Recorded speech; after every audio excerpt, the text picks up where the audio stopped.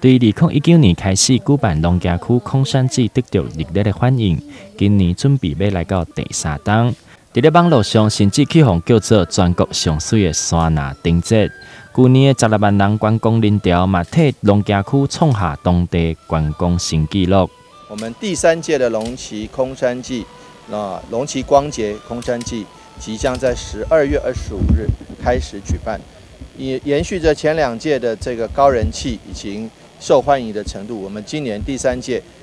有更多新的这个艺术造型，有更多新的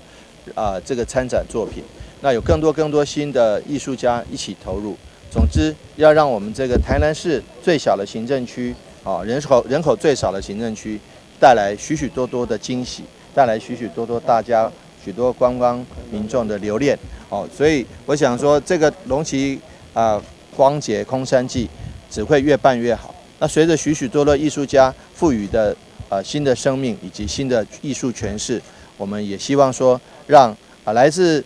其他行政区的市民朋友们，以及来自其他县市的好朋友们，大家都一起来体会。2022年农家空山祭伫咧12月25号准备要来登场，伫25号到26号2天会当免费来入场，但是对27号开始，就要以一张票50块的方式来买票入场。欢迎大家来参观这摆以农家的特殊地形结合这2档疫情影响的大环境中为发想的创作理念，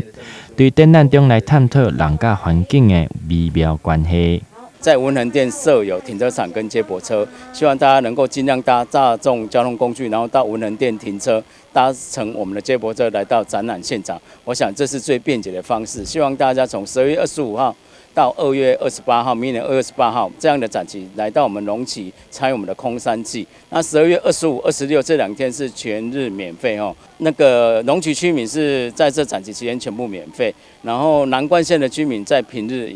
完全免费哦，所以希望大家多多利用我们仅有的展期，然后来到这里参与我们盛大的空山祭的展出。活动中除了有农家各种为大家带来精彩表演以外，市长会替嘛甲真侪议员嘛拢到现场来表达支持，并嘛拢伫现场来进行艺术彩绘的活动。欢迎对25号开始，民众会当做伙来欣赏美丽农家公节。台南新闻刘品言采访报道。